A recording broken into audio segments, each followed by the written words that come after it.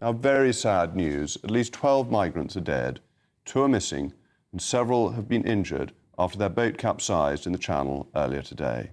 Over 50 people have been rescued from what has been called the deadliest disaster this year. 10 are confirmed to be female, including a pregnant woman, and therefore an unborn child has died as well, and 6 minors. The Home Secretary, Yvette Cooper, has called the event horrifying and has said that the crackdown on smuggling gangs must proceed apace. But does this tragedy merely show that deterrence is needed urgently? I'm joined now by the Deputy Leader of the Reform Party, Richard Tice. Richard, thank you very much for joining me. This is desperately sad news, isn't it?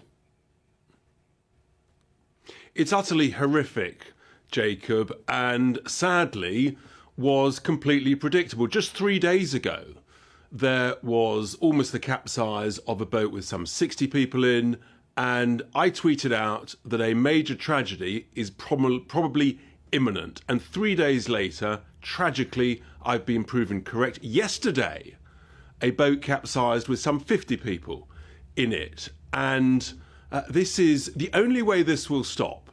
The only way the deaths will stop, and about 40 people now have died this year alone trying to cross the English Channel, is if you pick up and take back. And do you know what makes me absolutely sick with fury and rage is the bleating and whining of people like Care for Calais and the Refugee Council and other do-good bodies who say we need more safe and legal routes. The only way to stop these deaths and this tragedy is to pick up and take back.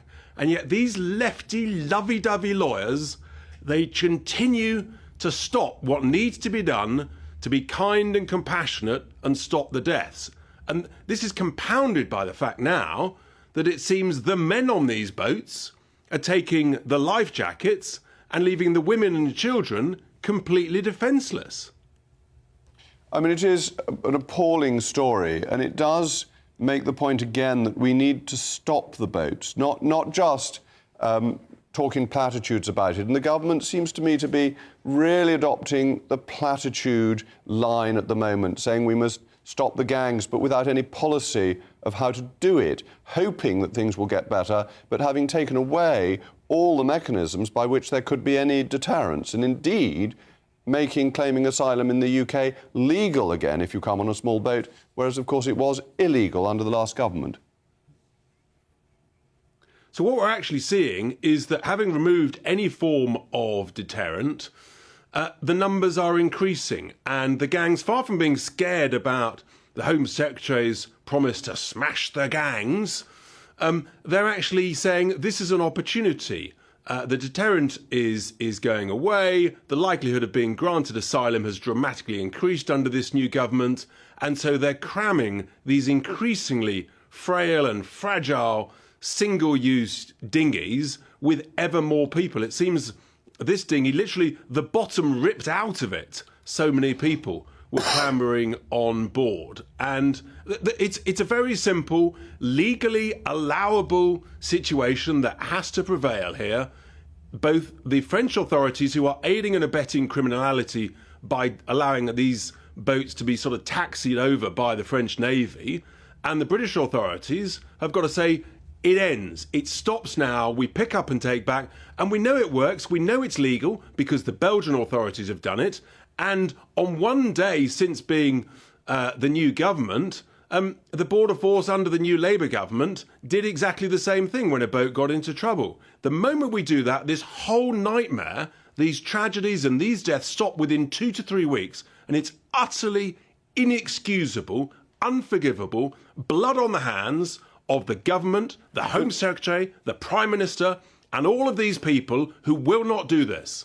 But, Richard, how can you do that if the French won't take them back? So I assume that reform policy is to send people back. But if the French aren't willing to take them back, once they've got into UK territorial waters, is it realistic to send them back to France? We may want to do that. We may think it's a good idea, but the French have to accept them.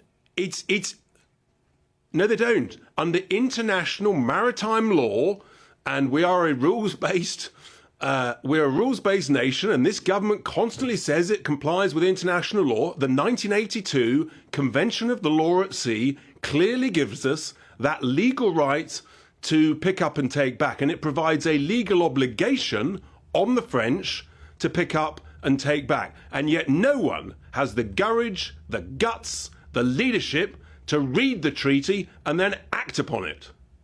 But there's always a question in international law about enforceability, because there's no court that can rule on this. And if the reality is the French aren't taking them back, I just don't see how you can compel the French to take them, that it requires their support and cooperation, and that just isn't that's simply not true. And they've got two choices when it comes to it, right? If we say they're not crossing the 12-mile line and we're going to pick up and take back, which is what should happen, then the French have either got to do a deal with us and create a rapid processing centre in northern France, or they're going to shoot us. Well, they're not going to shoot us, Jacob, so they're going to do a deal with us. But this requires leadership. That's what we expect our government to do, and it requires courage. And we keep hearing from people like the Foreign Secretary, David Lammy, talk about tough choices, and the Chancellor talk about tough choices. Well, this is actually quite an easy choice. It saves people's lives. Well, Richard, thank you. I really rather like the fact that Reform's policy is to retake Calais, put right the wrong that was done to Mary Tudor. Thank you. With me now is my panel.